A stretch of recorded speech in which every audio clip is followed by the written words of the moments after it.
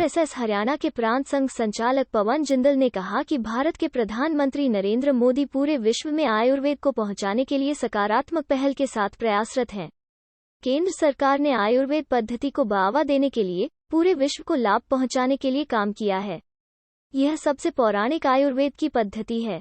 आयुर्वेद केवल जप, योग, उपटन लगाना मात्र नहीं है। आयुर्वेद का महत्व इससे भी ज्यादा है। संघ संचालक जिंदल सोमवार को सोनीपत में गढ़ शहजानपुर में एक आयुर्वेद औषधालय के उद्घाटन अवसर पर बोल रहे थे। उन्होंने कहा कि आयुर्वेद प्राचीन चिकित्सा विज्ञान है।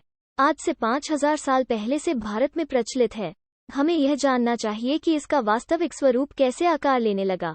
यह शब्द संस्कृत के शब्द आयुर अर्थात जीवन और वेद अर्थात ज्ञान से आया है। आयुर्वेद, यही आयुर्वेदिक चिकित्सा है जिसका कई सदियों पहले वेदों और पुराणों में उल्लेख मिलता है। यह बात और है कि आयुर्वेद दोबारा से विकसित हुआ है और अब योग अन्य पारंपरिक प्रथाओं के साथ एकीकृत है।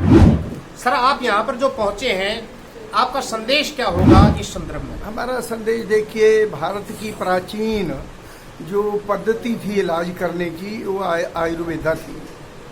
धीरे धीरे जिसका कोई साइड इफेक्ट नहीं था, धीरे धीरे क्योंकि इस देश में अंग्रेज का राज रहा, जरा एलोपैथी का प्रभाव बढ़ता गया, उसी को प्रोत्साहन मिला। हमारे जो उस जमाने के वैद्य थे ऐसे बहुत, देखिए प्राचीन काल से देखते हैं, जब लक्ष्मण मूर्छित हुआ उस समय भी हनुमान जी वैद्य के द्वारा बताई गई जड़ी बूटी को लेकर आए और मूर्छित लक्ष्मण को जीवित किया। इस प्रकार की ताकत रखने वाली पद्धति हमारे समाज में से अलोप हो गई। तो उसका जब मेरे को पता चला कि यहाँ सोनीपत में एक उस प्रकार का औषधालय खुल रहा है, इसको प्रोत्साहन मिले और बिना साइड इफेक्ट के समाज में जो ऐसे अस्वस्थ बंधु हैं उनका इलाज हो सके, तो उसके लिए मेरे को भी लगा कि इसको आगे बढ़ाने के लिए मुझे जाना चाहिए। तो मैं इसीलिए आया हूँ कि असली अर्थों में समाज की सच्ची सेवा ये है। धन्यवाद। राय क्षेत्र के विधायक मोहन लाल बड़ौली ने कहा कि केंद्र सरकार और प्रदेश सरकार ने अब खंड स्तर पर आयुर्वेद की सुविधा देने के लिए, योग को बढ़ावा देने के लिए कार्य योजना को बढ़ावा दे रही है। इसके लिए प्रधानमंत्री नरेंद्र मोदी और हरियाणा के मुख्यमंत्री मनोहर लाल बधाई के पात्र हैं। पूर्व मंत्री कविता जैन कहा कि आयुर्वेद का सबसे बड़ा लाभ तो यह है इसके कोई साइड इफेक्ट नहीं है। हाँ जी भाई साहब, आज गढ़ शहजानपुर जो सोनीपत सेक्टर 15 के पास में है, जी, बहुत ही बढ़िया आयुर्वेदिक जन औषधालय आज खुला है। इसका उद्घाटन अवसर पर हम आए हैं और स्वास्थ्य ठीक रहे इसकी सारी सुविधाएं इस जन औषधालय में रहेंगी।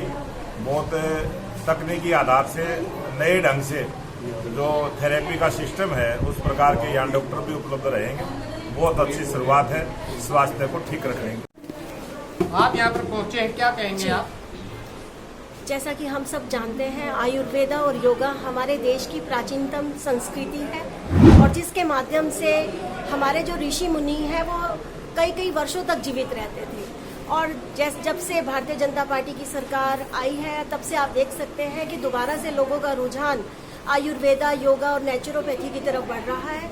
और इसी सिलसिले में सोनीपत के अंदर वैसे कई हमारे इस तरह के संस्थान हैं।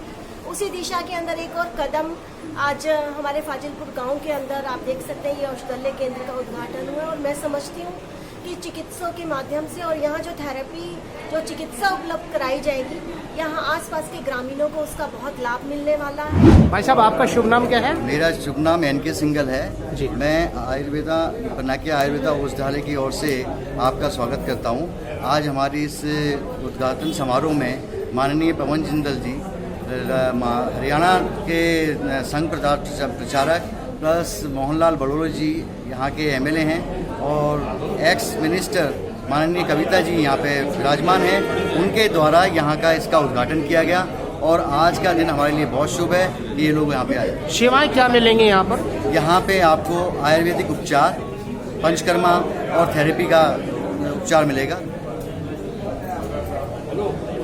आपका शुभ नाम क्या है? अर्चना सिंघल जी। सिंघल जी, ये बताएं कि यहाँ पर जो हम आज खड़े हुए हैं इसके संदर्भ आप क्या सोचते हैं और क्या कहना चाहते हैं? सर, मैं ये सोचती हूँ कि आज हर जन को आयुर्वेद की बहुत जरूरत है। जी। एलोपैथिक के साइड इफेक्ट्स हैं उससे हमारे बहुत परेशानियां बढ़ रही हैं लोगों को, और उससे समस्या का हल नहीं मिल रहा और समस्या से बढ़ रही है। आप इसको अपने ऊपर कभी प्रयोग किए हैं क्या? बिल्कुल सर, मैं बहुत टाइम से प्रयोग कर रही थी और इसीलिए इस सीजन में ये लाभ क्या मिले आपको? काफी सारी बीमारियों में लाभ हुआ है, जिसमें जो एलोपैथिक में लंबे टाइम तक दवाइयां खाने के बाद भी हमें हल नहीं मिलता था, जिससे छुटकारा नहीं मिलता था, उससे बहुत जल्द छुटकारा आयुर्वेद के माध्यम से मिल जाता है। सर, आपका शुभ नाम क्या है? संजीव कुमार शर्मा। तो शर्मा जी, आप यहाँ पर आज एक जिम्मेदारी संभाल के बैठे हैं, इसके बारे में आप चंद शब्दों में क्या बताना चाहेंगे? मैं कहना चाहूँगा, पिनाका ग्रुप ऑफ इंडस्ट्रीज का जो औषधालय है, जिसका कि हमने स्लोगन ही दिया है, मेरी संस्कृति मेरा अभिमान। अच्छा। हमारे भारत में शुरुआत से जब अभी तक ये वैज्ञानिक तरीके या एलोपैथिक दवाइयों का निर्माण नहीं हुआ था, तो पूरे भारत में आयुर्वेदिक दवाइयों द्वारा ही इलाज होता था। अब लोगों का रुझान आयुर्वेद की तरफ इसलिए भी हो गया है क्योंकि एलोपैथिक दवाइयों का बहुत ही साइड इफेक्ट है। रेगुलर खाने से लीवर में कमजोरी आती है और तरह तरह की इन्फेक्शन हो जाते हैं, जबकि आयुर्वेदिक दवाई बिल्कुल सेफ होती है। इस मौके पर सभी मेहमानों ने दीप प्रज्वलित किया। आयोजकों ने मेहमानों पटका पहनाया, फूलों का गुलदस्ता भेंट किया और प्रांत संघ संचालक पवन जिंदल से आशीर्वाद लिया। एनके सिंघल, आचार्य संजीव शर्मा, थेरेपिस्ट शिवानी, दीपक कुमार, मदन वशिष्ठ, सुमित कुमार, आशीष चौधरी, नरेंद्र चौहान, गोविंद सिंह, राजपाल सिंह, पार्थ आदि शामिल रहे।